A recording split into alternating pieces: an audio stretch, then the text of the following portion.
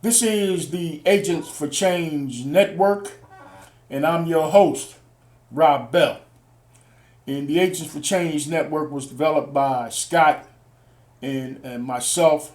And Scott is my brother, in an effort to provide information to the black community. Our mission is to promote upward mobility and come up with strategies to help members of the black community move forward and hopefully combat some of the social ills that currently exist. We've been broadcasting on the internet for the last couple of months, and we've been fairly successful in our broadcast, and we've been really successful in getting out information to the public, especially in the black community. And there's our hope that we can help people move forward. The issue of late has been this violence issue, and it's something that I've been championing in for a while. I live in Atlanta, Georgia now. When I was in Philadelphia, it was something that I was closely connected with, and I kind of brought that same attitude down here to Atlanta, and I want to stay connected to how we can help squash some of the violence. The violence is happening all over the country, and particularly in major cities like Philadelphia and Houston and Chicago and Los Angeles and Miami, and even down here in little Atlanta, Georgia. Every morning when I wake up, there is a article on the news or in the newspaper about some kind of homicide that has occurred overnight. Just lately, there was a young lady who was killed in one of our so-called prestigious parks down here in Atlanta, and she was murdered. And not only was she killed, her dog was killed. So the perpetrator of that crime was heinous enough to not only kill her, but kill her dog as well. And so one of the things that I've said throughout my broadcast of late is that, if we don't address this violence issue head on, and only think that it's going to continue to happen in the black community and not touch other communities, we are out of our mind. We had an official down here that had the gall to say that Atlanta is safe, a public official. And I was kind of taken aback by when he said that, because if you plant the seed in people's minds and have them believing that they can just go on about their business and feel safe, you're setting people up for failure. And I'm sure that this young lady felt like she was safe. She was walking her dog, again, in a prestigious neighborhood in Atlanta, where crime is really not that bad. It was at 12 o'clock, 1 o'clock in the morning, and I guess she felt safe. And the result is she's no longer with us. And so crime is going to fall out your doorstep no matter where you are. And if you think it's just a black problem, then you are fooling yourself, and you have to address this issue head on. So I'm going to continue with that theme. And what I've done lately is I've invited special guests to my show, and the day is no different. I have a featured guest that I've invited to the show this morning. And this brother is near and dear to my heart, man, because when I first started out in 2005, and at the time, the name of my company was Group Publishing. It has now evolved into 906. He was the first journalist and radio host that gave me and my wife a shot at getting on the air and broadcasting our information on the internet. And at the time, we were promoting a play. And he was recommended to me by somebody. And he didn't know me from a bag of bones, man. And he introduced himself. We came to his studio in Old City, Philadelphia. And he brought us in, man, and he interviewed us. And as a result of that interview, we had a fantastic turnout at that play. That was one of the first plays that Lynn and I produced. We had a fantastic turnout. And I will be forever grateful to this young brother for giving me that start. His name is Justin Watson. He is currently the host of New Twist Radio. He still has that platform. And I have been a featured guest on his show more than twice, maybe 3 times, I think. And it's a privilege and an honor to have Justin on my show this time. So How you doing, Josh? Hey, how you doing, man? I thank you for that introduction. As you're saying that, I'm thinking about how I'm putting something together to have you on again. Okay. So, Okay. definitely going to have you on again. But I appreciate you, man. On my show and throughout my career, all I've wanted to do is promote good people doing good things, and you fit that mold to a T. So, it was easy. It was an easy decision to have you on. But I thank you thank very you. much for having me on. Oh, no doubt. I can't go on without letting the public know that uh, during that time we discovered that we went to the same university. We went to the University of Maryland Eastern Shore, better known as Yes, UMES, and yes, we're fellow Hawks. fellow Obviously, Hawks. I And went at a different time than you, but nevertheless, we're still fellow Hawks who have attended an HBCU, and I am extremely proud of that because those are some of my better days, and I'm sure you can say the same thing. and not only that, but we both represented the university in athletics. That's right. That's right. You play baseball, from what I understand, and Yes, I I play played baseball. I basketball. sure did. And I play Yep. basketball. Absolutely. But you know what? This is a testament to why I promote people to go to college, especially our people, our young people, is because you develop relationships with people when you go to college. It's not just about academics. It's about developing relationships so that when you come out, you can do things like we're doing right now, and we can promote each other, and we can, kind of be in the shadows of each other. Two black men doing some positive things in the community, and that is about going to college and developing relationships and having an understanding that we have to give back to the community in order for us to be successful. So that's why I always kind of promote going to college. Again, not just for athletics or academics, but for creating the relationships that we need to develop so that we can bring them back to our respective communities in order for us to be able to move forward. Absolutely. Absolutely. You can't develop the relationships on in YouTube University the way you can at a college campus. That's It's exactly just right. is what it is. So, just again, I have been kind of emphatic about this issue of violence down here in the ATL, and again, I've been keeping up with what's been going on in Philadelphia, and Philadelphia is off the Richter scale. From the last bit of information that I got, it is my understanding that Philadelphia is close to or maybe surpassing 350 homicides as of this date, and the total number of homicides last year was 499. So if Philly continues on that pace, they're going to shatter that record. And a lot of the homicides that are occurring, from what I understand, are being perpetrated by young black men in the community. And so that's kind of a sad commentary. There are not enough boots on the ground in Philadelphia regarding the Philadelphia Police Department. The Philadelphia Police Department's union is fighting with the DA's office. The mayor's office is fighting with, well, maybe not fighting, but at odds a little bit with the Philadelphia Police Department. So it just seems to me that there is no leadership in the folks that we are expecting to have leadership. And the result is the community is still suffering. So what's your take on that, bruh? Well, I would have to say, let me start off by saying the leadership part that you mentioned, the DA's office and the police department.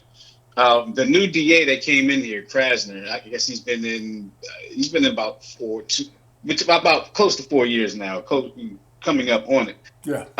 His whole run was, he's going to get in there and shake things up to a point where, you know, he's going over old cases that may not have been prosecuted correctly, or something may not have been right, where the people that couldn't afford proper representation would almost get another shot if something wasn't done right. And that's caused an uproar. There was a situation earlier, I guess it was last year, around Temple University, where a woman was shot, shot and killed, or it was a man. Excuse me. A man was walking his dog, similar to the situation you just spoke of earlier. A man was walking his dog around the Temple University campus, and a man came up to rob him and ended up killing him. But the man that ended up killing him had just got out of jail on some type of technicality that was brought up. So they had to let him out, and he was in jail for some type of violent crime.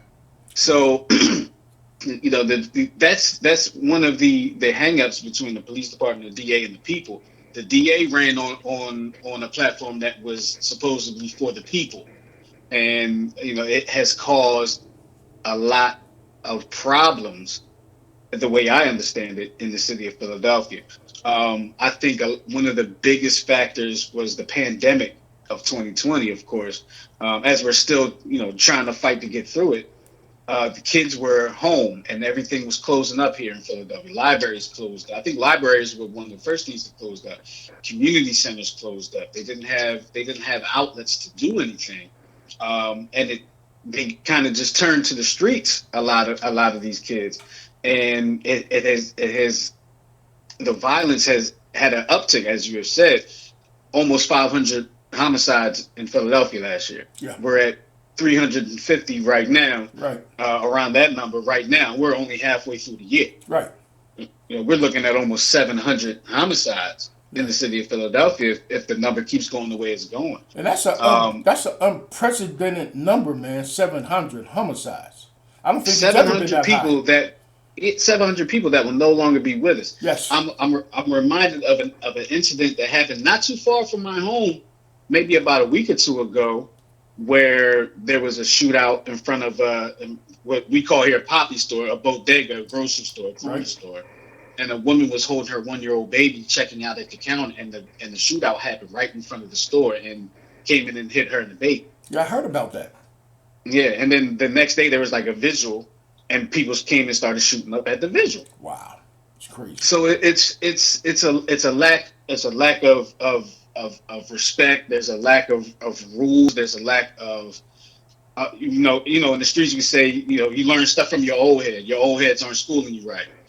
The old heads around here, they're not schooling the young boys, or the young boys aren't listening, and right. They're just going off on their own. And it's happening in a lot of cities, not just Philadelphia, as you mentioned. It's happening in a lot of cities across the country, and it's a sad thing.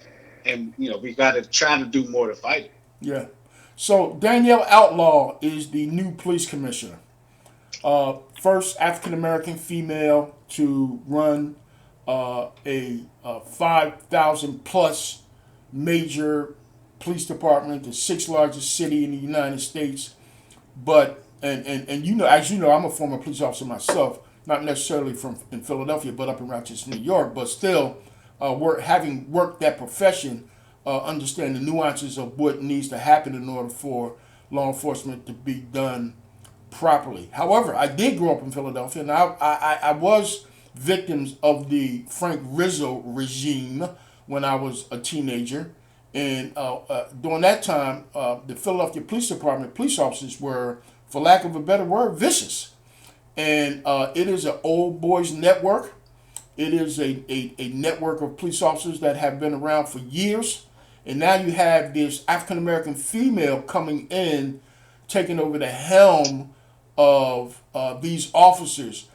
Is that a part of the problem in terms of why? Because I understand they can't even get police recruits. The last police academy didn't have any African Americans in that academy. So do you think that she is not taking the bull by the horns and running that police department in the way that it needs to? Well, let me go and start off from the time she came in. When she came into that position, the city was on a downturn, right? And in my belief, while she's in the pandemic happened, as I stated earlier, things got worse as the pandemic happened. So, I think that she basically came into a hellfire when she came into the position. My belief is also that the lack of recruits kind of stems from the lack of trust in the department. Right.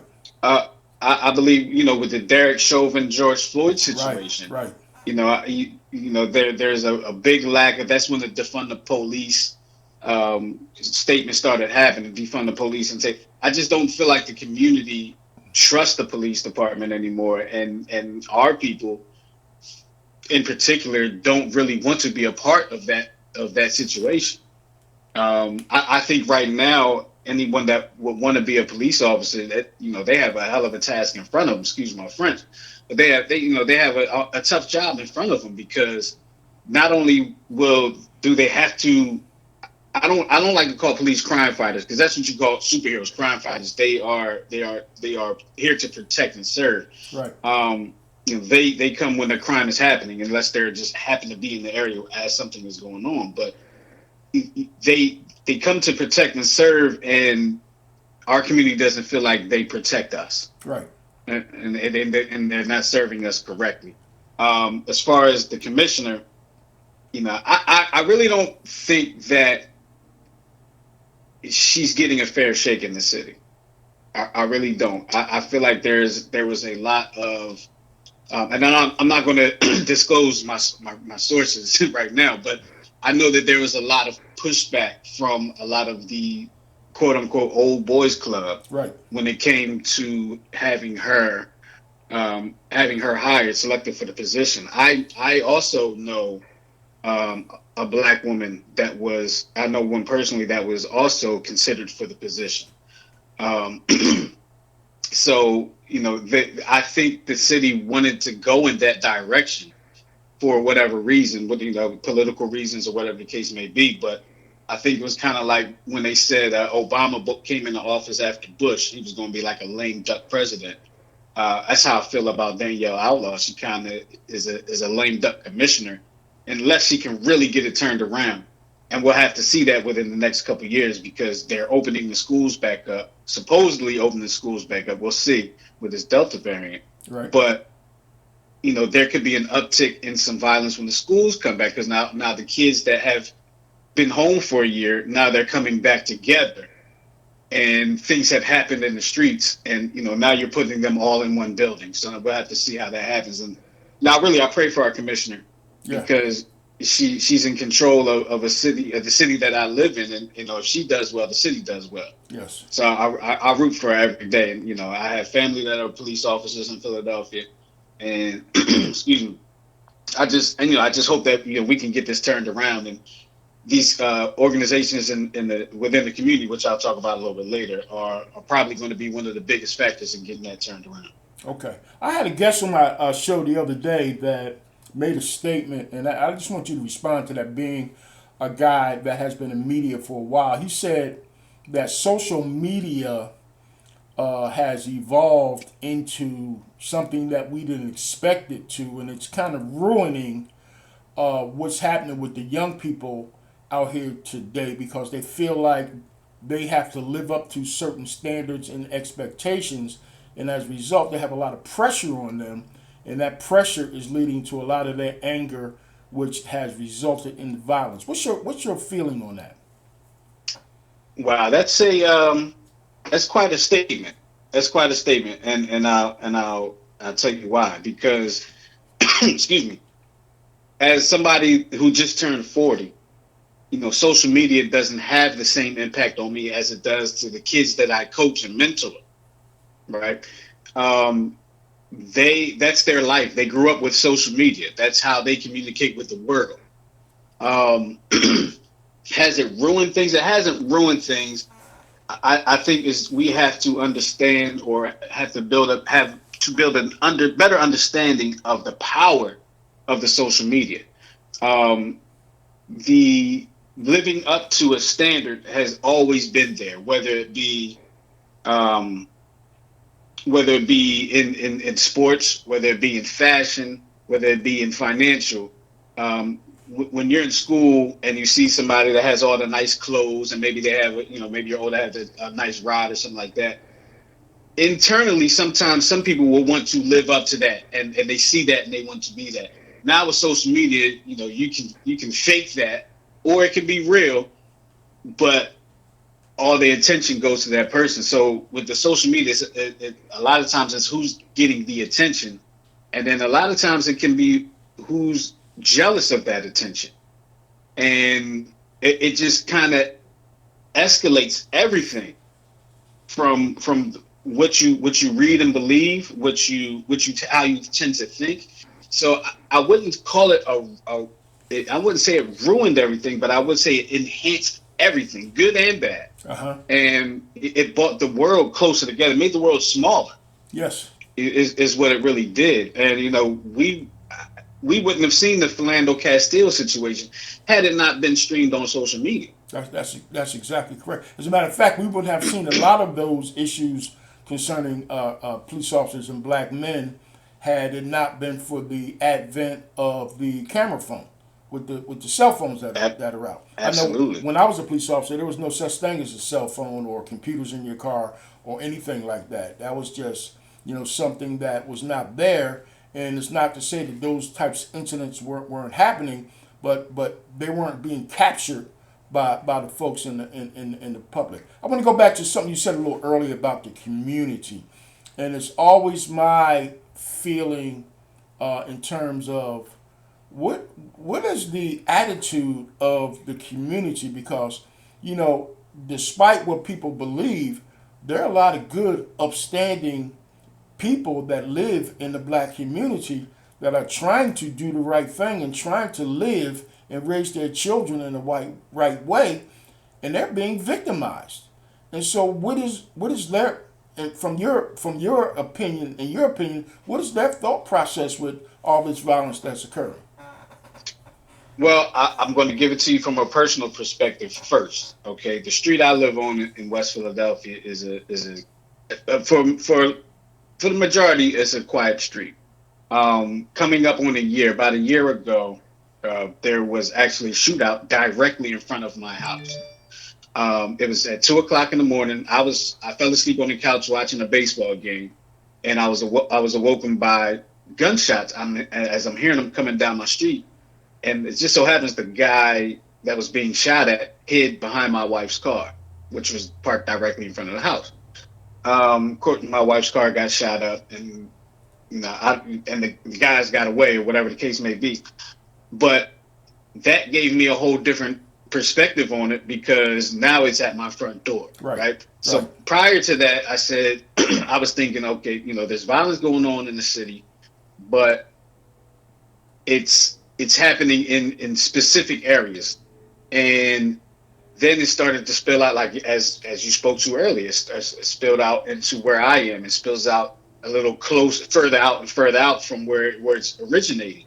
And then that's when in the community you really get tired of it when you are affected by it.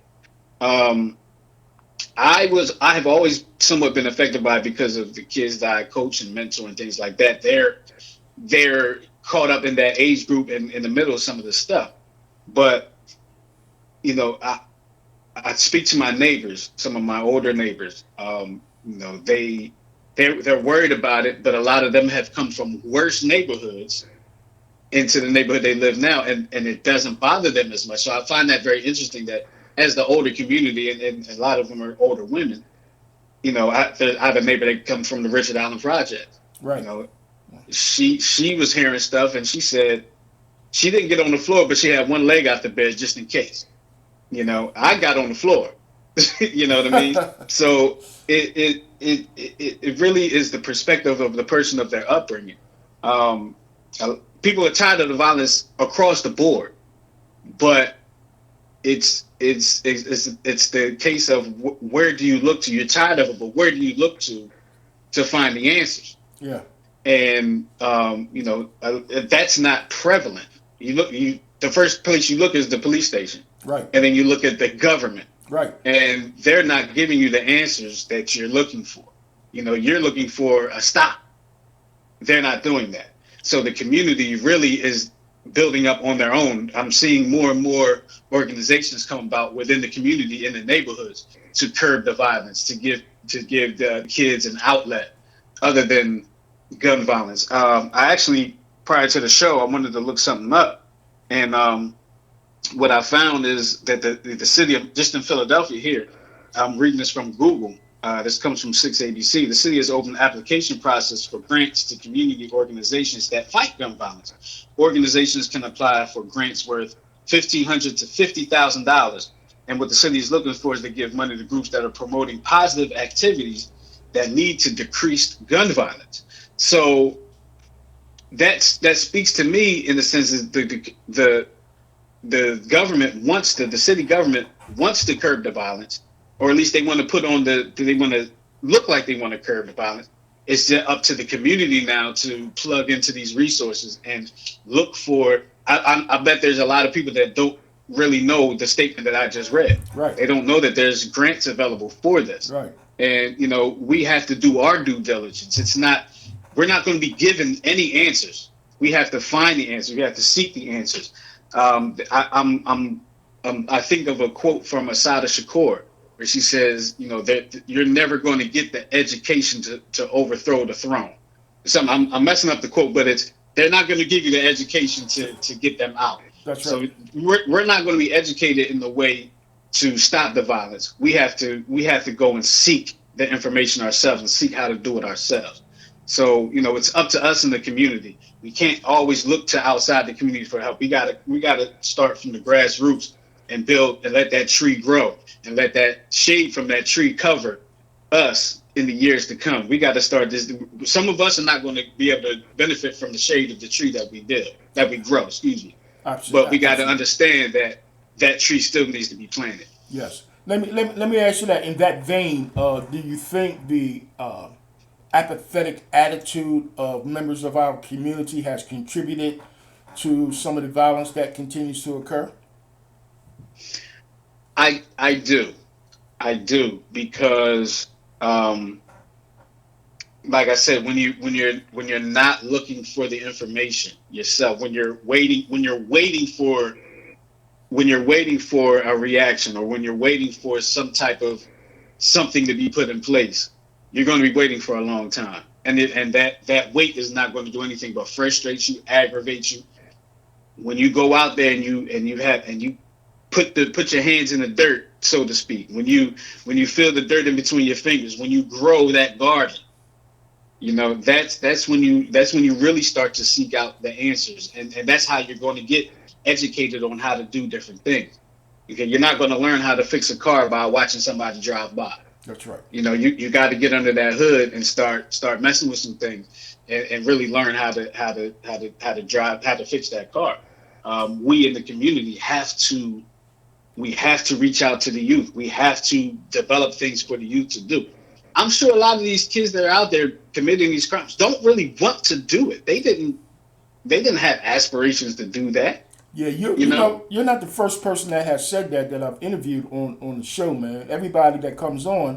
Almost everybody that comes on says the same thing. That these kids don't want to do what they're doing out there.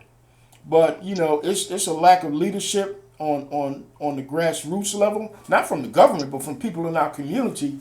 And it's just a lack of, not touching these young people in the way that they need to be touched. You coach a baseball team, you mentor kids. I've done it in my career. It's a very rewarding situation. However, at the end of the day, they still got to go back home to the neighborhoods that they grew up in. Absolutely. And Absolutely. so you can only, in the 8-hour time period that you have them, or 10, or however long you have them, they flourish. They love the attention. They love the leadership. But you can only do but so much. And I always said, in the work that I used to do, is that it has to be a holistic approach, not just with the kids, but with the parents, with the neighbors, with the aunts, the uncles, the cousins. Everybody has to be vested in this whole ideology of trying to make improvements. First, improving yourself, and then making improvements. And like you say, sticking your hand in the dirt, planting a seed, and watching it grow, and then seeing the benefits of your effort. And it doesn't seem like that's really happening. No, but I'll tell you what is I think what I feel is adding to some of the pressures of these kids that are going out and committing these crimes sometimes is Philadelphia. The city of Philadelphia is becoming a gentrified city. Whether you live in North Philly, South Philly is gentrified, North Philly is being gentrified, West Philly is being gentrified. And what happens is, and I've experienced myself, they want to raise the property tax. They're skyrocketing, and they're forcing people out of their homes, and then these people are coming and trying to buy their homes for a low price, and these families are now they're trying to find ways to pay for their home that they grew up in or their families grew up in for Right. generations, Right. and the kids feel that pressure and they want to do something to help, but they don't know how to help. They shouldn't even have to be in that situation. Right. But and gentrification gets disguised as we're making the community, we're beautifying the community, we're making everything great for the urban area. But what happens? They raise the taxes and push everybody out that can't afford it. And now you get your investors that come in and they're buying everything up their land. I'm not even going to say the races of the people that are coming in, but in my community, things look very different. They're Right. starting to look very different. The people that you actually just see walking around, riding bikes, jogging, and all like that. It's very different. And, that adds to, like I said, it adds to the pressure of these kids that are going out doing these things. And a lot of times they're not doing it because they don't want to do it. They're doing it because they feel like they have no other way. Right. They have no other choice. And it's just a sad thing, man. It's a sad thing, but I'll continue to fight for the community as I know you have, and here in Philadelphia and in Atlanta. So you Absolutely. know, So you say you know some police officers. yes. Have you had an opportunity to talk to them and kind of get their take? Because they have to be frustrated, not only with their internal systems, but as a guy who worked patrol for several years, it is probably the hardest job in America. And you're on both sides of the fence with that. You got to deal with responding to 911 calls almost every night to the tune of about I would assume in a big city like Philly, maybe about 40, 50 calls a night. And then you got to deal with your co-workers who can sometimes be a bit, whatever. And so have you talked to any of these guys and gotten their take on what's going on? So I try to talk to some people sometimes, right? And it's not that they avoid me or anything like that. None of that is going on. But they're so overworked now at this point. Yeah. Like you said, they're struggling to get recruits in there. They just had a recruitment class about a few weeks ago, and the recruiting class was not big at all. Yeah. It just wasn't. I don't remember the number offhand, but it wasn't that big at all. There was a situation here in Philly that a guy I refer to him as my little brother. He was out at the situation. I think it made national news. There was a situation in Philadelphia where a guy was in a house and basically shooting at the police. The police were there to serve a warrant. He just happened to be in the house at the time, and he started shooting at the police. And it was like a standoff for a very long time. My little brother was out there. He was being shot. He hadn't even been on the force that long. He hasn't been on the force 5 years yet. Right. And this happened 2 years ago. I remember Okay. that in North Philly, correct?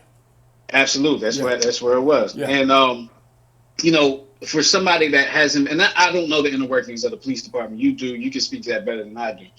But in my opinion, like someone that hasn't even been around a year to be in a situation like that, that's not good. That seems like it should be more for the veteran officers. But of course, it depends on who's on duty and all like that. Right.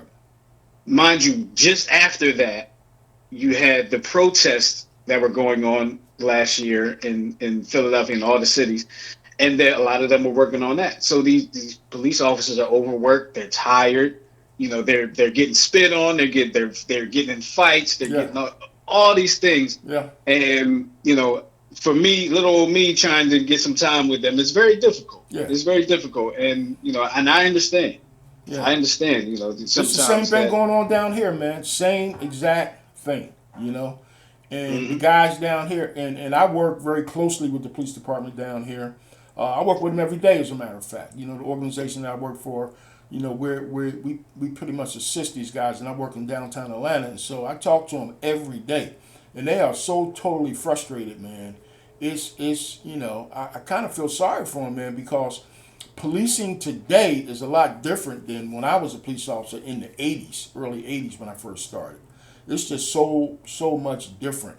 Right. And these guys are up against it in so many ways, man. They got to deal with the political aspect of it. They got to deal, they want to go home to their families every night, man. And Right. nobody wants to come to work and be spit at and cussed out and jumped on and basically in fear of their life, because there are a lot of handguns out here, and people have a total disregard for that uniform, and they will hurt you if necessary. You have to think about that. And I don't think the general public gives that as much creed as it needs to get, because they look at some of the bad apples in terms of what has happened with some of the brothers across the country. And I'm not defending those guys by no stretch of the imagination, but over and above, there are a lot of good guys out there doing that job and just struggling, man, because it's such, like I said earlier, the most difficult job in America. So I can imagine what these guys are going through in a big city like Philadelphia. Hey, man, we're up against time. Before I let you go, tell me if you can. If you had your druthers and you could come up with some solutions, what would they be? Well, that's a tough question, right? It's a tough question. So, of course, first and foremost, being coming from the baseball world, I always feel like sports is a big. It's one of the things where you can.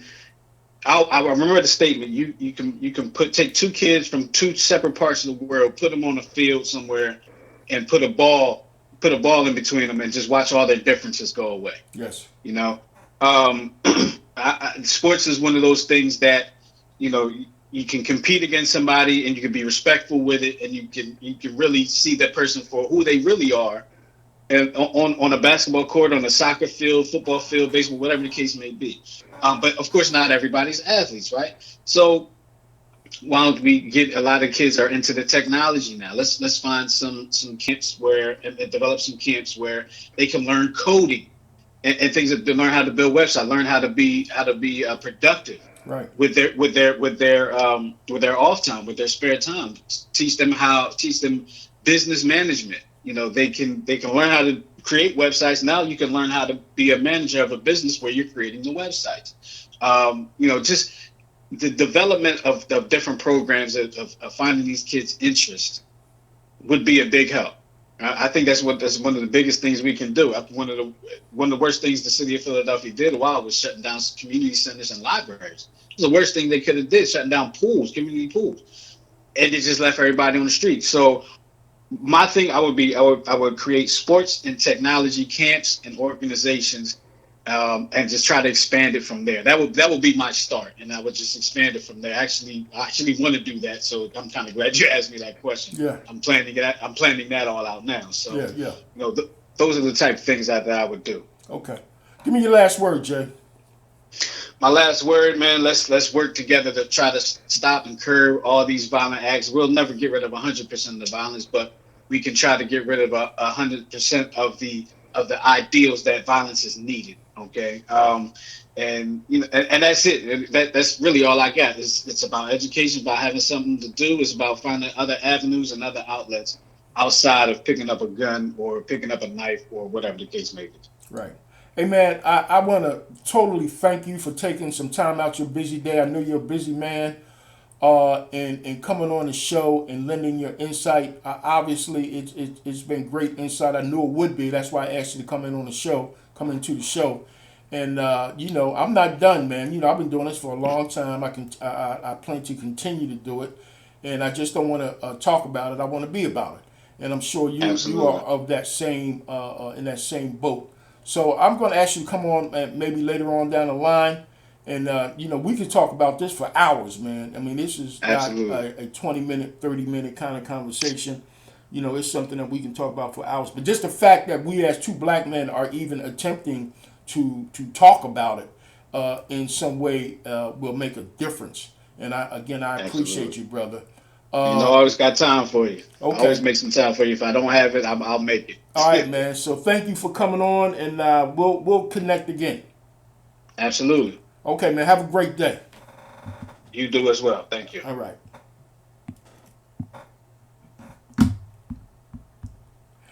Okay, that was my man Justin Watson, host of New Truth Radio, an internet radio show that he developed some years ago, and I respect and admire the young brother, not only for what he does on the New Twist show, but his involvement with young people in the community via his baseball team and via his mentorship, and just the fact that he has some aspirations to come up with some things to help solve this whole issue of violence in the city of Philadelphia.